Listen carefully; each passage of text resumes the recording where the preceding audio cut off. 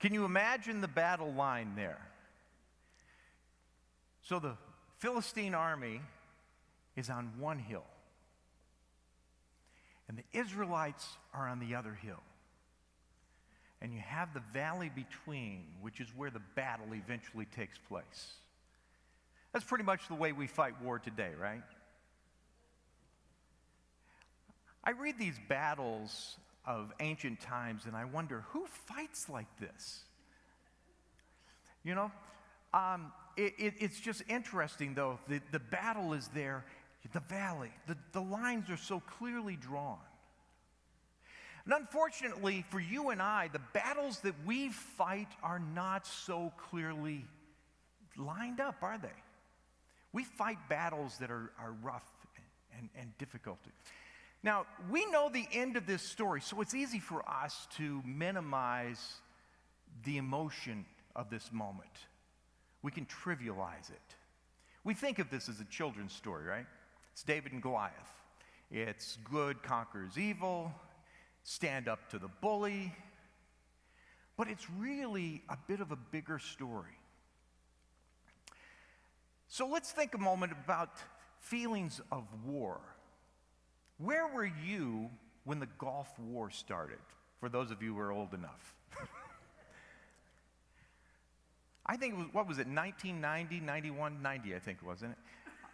I was listening to the radio, and I was on my way to a church meeting, and I heard on the radio that the war had started.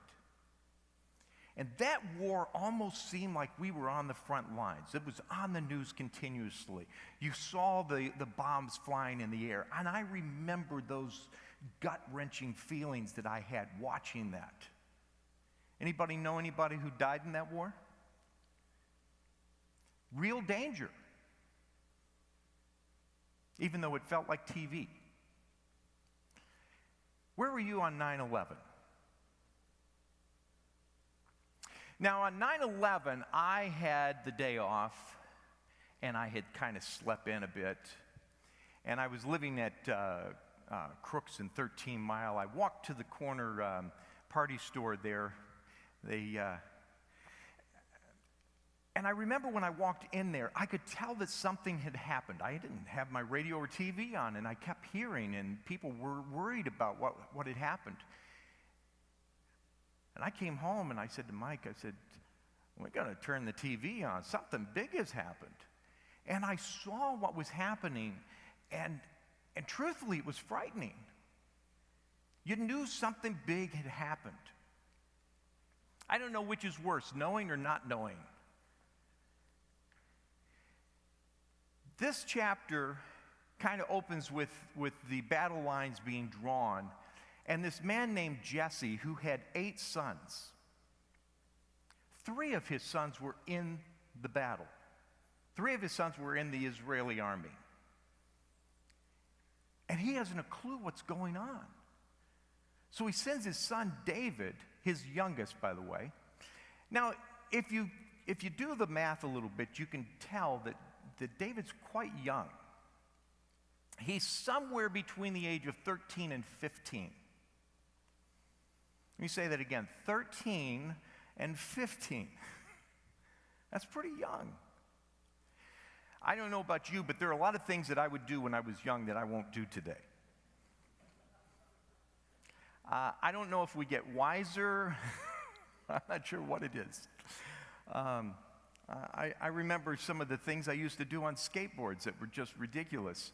I saw some kids with a skateboard a few years back, and I thought I would, relate to them by showing them that I could do some things on a skateboard.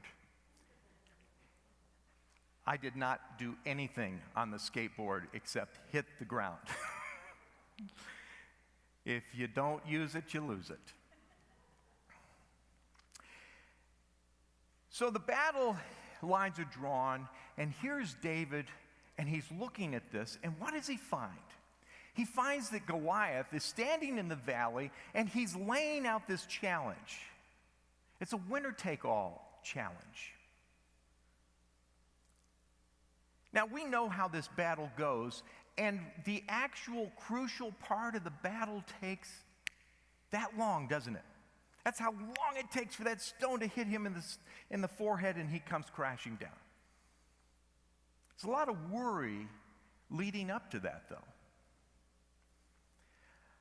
And as David is hearing this, he's hearing that Goliath is coming out 2 times a day. For how many days? Do you remember? 40 days.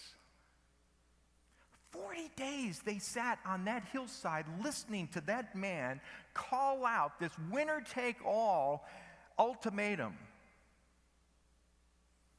Now, I don't know how long that kind of a situation would have gone on. I would imagine that after a while, by default, you lose, right? You don't take up the challenge, you lose. I have discovered one thing. Somebody accused me one time of enjoying confronting controversy. I will assure you that is not true. I hate confronting controversy. But one thing I have learned is that the longer it waits, the worse it gets. 40 days.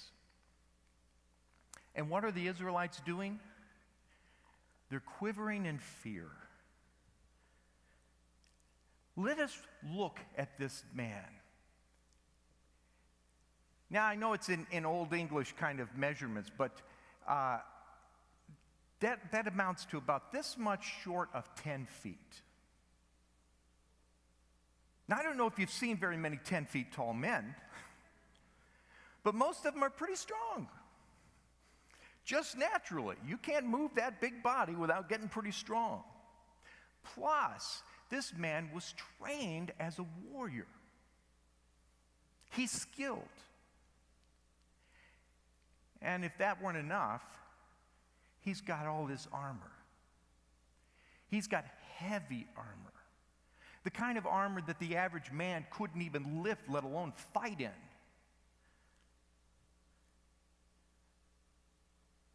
I just want to say that the battles we fight, the giants that we approach in our own lives are real giants, are real dangers, are real threats. Now, what kind of giants do we usually face? Well, you might face a giant of judgment.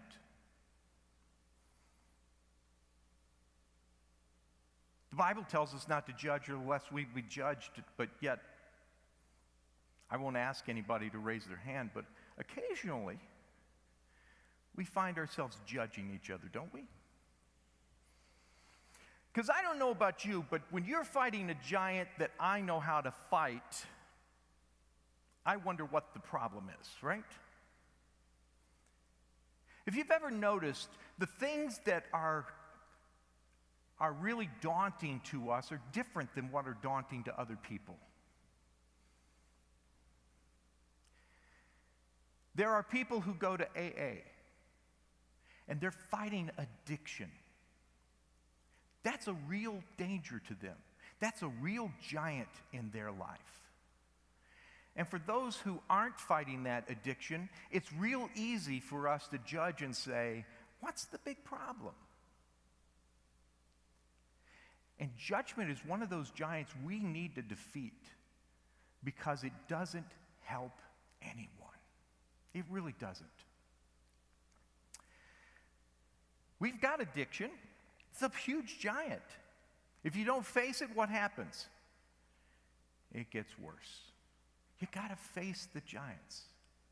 There are all kinds of giants in our lives. There are giants of health issues. Let me tell you an example, and I want to talk about how daunting it can be. When I was 19 years old, I had been working as a carpet installer, and so I was on my knees a lot, and I got an ingrown toenail. Now, before you know it, don't judge me too much right now. But if you know me very well, you know that I don't do doctors very well. And so when I made an appointment to go to the doctor, my parents knew that something big was happening. I went to the doctor, and the guy wondered how many miles I had to walk to get there. What took you so long to get this toe in here? And he said something that just startled me. He said, "I really hope we can save this toe." And I just remember in that moment, I just kind of froze. I said, what did he just say? And folks, there are some of us who are afraid of what doctors will tell us. And so, what's the best way to deal with that? If I don't go to his office, he can't tell me, right? Not knowing really isn't better than knowing. But I will tell you that there are people in our congregation that face health issues that are absolutely daunting. I wonder sometimes how people get out of bed and continue to live their lives, who smile. Did you see the lady on America's Got Talent recently, and she was talking about the cancer that she was going through, and here she is, she's singing, and she's smiling, and she's got this uplifting song. And they said, "So the cancer's been dealt with?" And she says, "Oh, no, I still have the cancer." And they commented on her cheerful attitude. Folks, it's hard to do that. People are fighting these giants. And unfortunately, David's giant falls and he's dead. But for a lot of folks, that giant gets back up and he fights again. And he fights again. Now, if you're expecting me to give you some sort of formula that says this is how to defeat giants, I assure you I'm not going to do that. David, when he says, "I'm going to rise up and fight the giant," he's got all these people who are now going to tell him how to do it. These are the people who are cowering on the hillside, folks, and they're going to tell David how to fight the giant.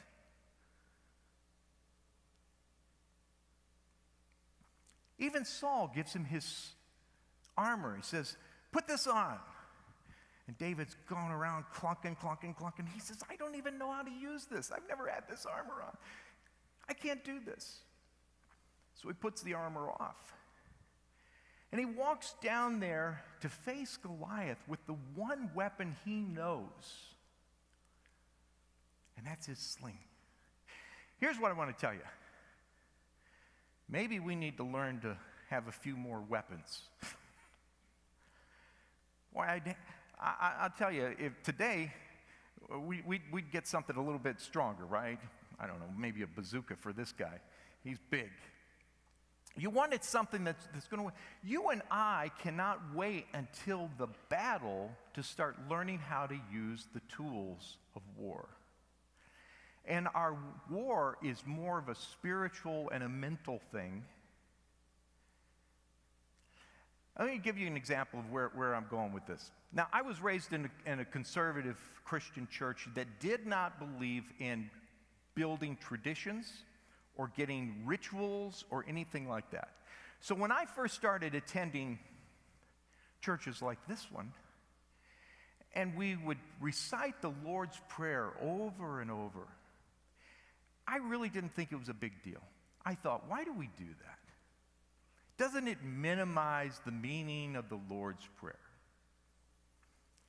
I was visiting a woman in the hospital, and she was unconscious in intensive care, and you could tell just her vital signs were very erratic. And I was making a pastoral type of call. And I was praying with her. She couldn't talk to me. Nobody else was in the room. And I just prayed for her. No change, by the way. So if you're looking for one of my prayers to bring peace to your life, probably not going to happen. But at the end of that prayer, I said the Lord's Prayer. And I noticed that the vital signs seemed to just kind of calm. And the nurse actually stepped in and she says, "Sounds like she got, she's improving, She says, "What's going on?" And I said, "We were just saying the Lord's Prayer." And she says, "Well, maybe you should come back and say it every day." But I thought in that moment that when you're in a struggle and there's not much you can think about, because I don't know about you, but when I'm in a panic, I don't make my best decisions. I really don't. I don't believe that, but I can tell you by looking back, they weren't the best decisions. I really believe that having something as simple as that we can anchor ourselves to, it brings us back to something familiar that's strong.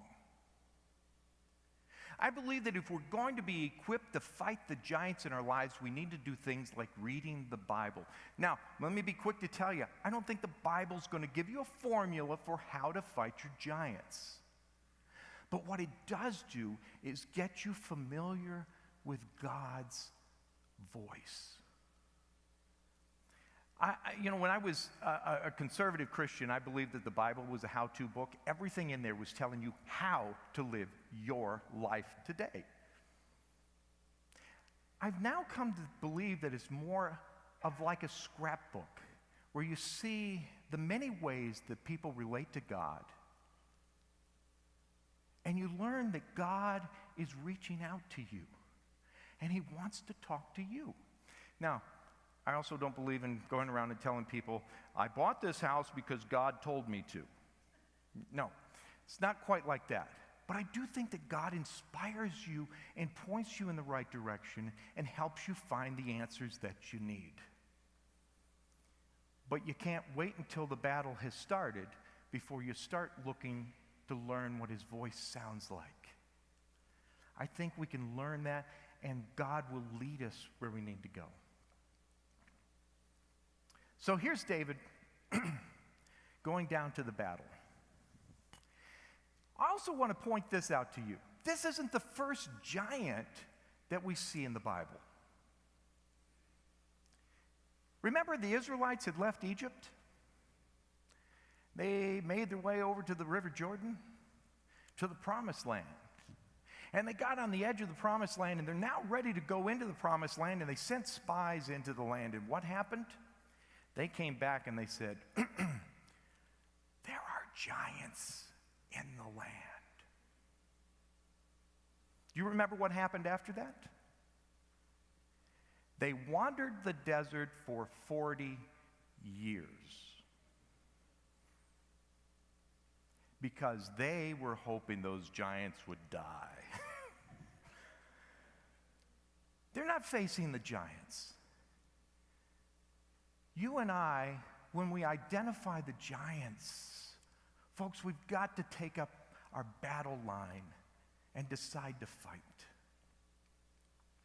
There are all kinds of giants that arise in our lives. We've talked about addiction. We've talked about judgment. The list could be endless. It could be opportunities. Sometimes we're afraid to step out and try something. Could be a talent you want to use. Could be a job you want to try. Could be any number of things. But I pray that God will give us courage to take those opportunities, because I don't think the opportunity is just going to hover there forever. But sometimes we shy away in fear, afraid of those things. We also have things that are called truth issues. They can be big giants. Now, this is Pride Month, and I don't really want to necessarily focus on the coming out associated with Pride, although there is that. You probably all know people who have come out. But there are other ways of coming out and facing truth. We had a couple in the church one time that they arrived for the wedding, and the wedding almost didn't take place. Because the bride had just that morning revealed to the groom that she had a huge debt that she had never talked to him about. And he literally stood there and said, I don't know if I want to take on this debt. And why did it take her so long to tell him? Because sometimes we're afraid to face the truth. I want to ask you if there are some issues in your life, your giants. Could be truth, any number of things, truth, health issues, addictions, whatever, that you need to fight. I want to encourage you to face the giant and fight it, even if it's not a once for all. Now, in modern Christianity, we want to tell you how that you need to have positive thinking and know that you're going to win, and then you win, right? You hear that all the time.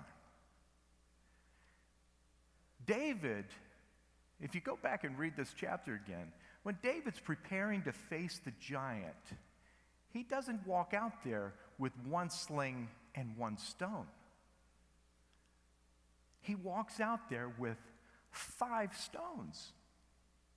It specifically tells us he picked 5 stones and put in that bag.